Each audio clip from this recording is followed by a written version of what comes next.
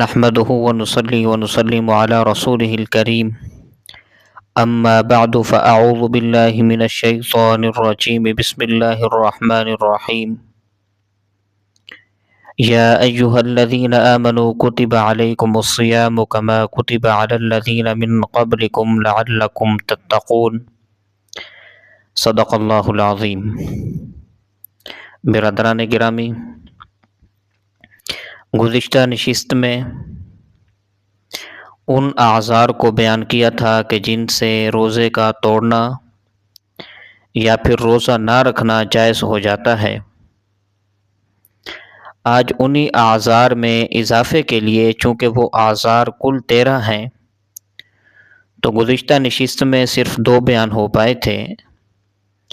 آج تیسرے کو بیان کرتا ہوں، اور وہ تیسرا ہے جبر و اکراہ، یعنی اگر کسی مریض یا پھر مسافر کو مجبور کیا گیا کہ وہ رمضان کا روزہ توڑ دے ورنہ اس کو قتل کر دیا جائے گا، تو اس پر روزہ توڑنا یہ واجب ہے، اور شرعاً اس کو روزہ رکھنے کی اجازت نہیں ہے، حتیٰ کہ اگر اس نے روزہ نہ توڑا اور وہ قتل کر دیا گیا تو گناہگار ہوگا۔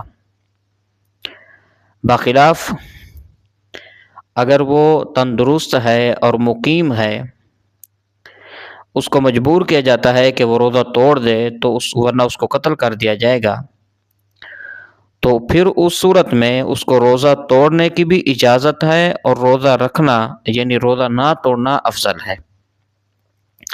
اگر اس نے روزہ توڑنے سے انکار کیا یہاں تک کہ اس کو قتل کر دیا جاتا ہے تو پھر اس کو اس پر ثواب ملے گا۔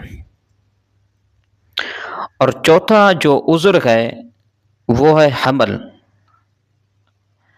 اسی طرح دودھ پلانا، ارضاع جسے کہتے ہیں، اس کو 5واں شمار کر لیں کہ 5واں یہ عذر ہے روزہ نہ رکھنے یا پھر روزہ توڑنے کا۔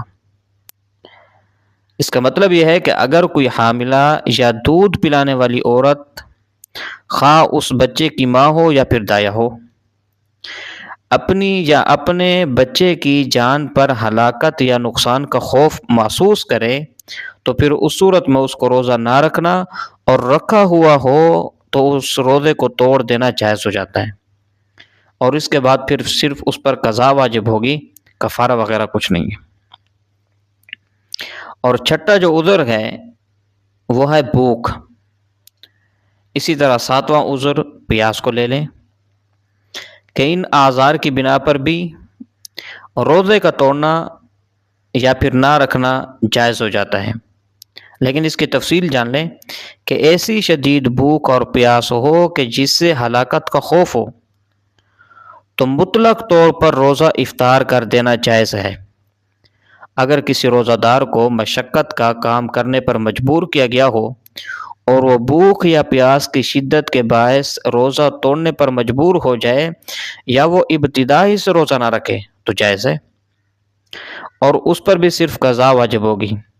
لیکن اگر اپنی مرضی سے اس قدر مشقت کا کام کیا تو اس پر روزہ رکھنے کے بعد توڑ دینے کی صورت میں کفارہ بھی واجب ہوگا۔ تو یہ 7 وہ اعذار ہیں کہ جن کی وجہ سے روزے کا نہ رکھنا یا پھر روزے کو توڑ دینا جائز ہو جاتا ہے۔ تفصیل کے ساتھ بیان کیا ہے۔ اللہ تبارک و تعالی ہمیں عمل کرنے کی توفیق عطا فرمائے۔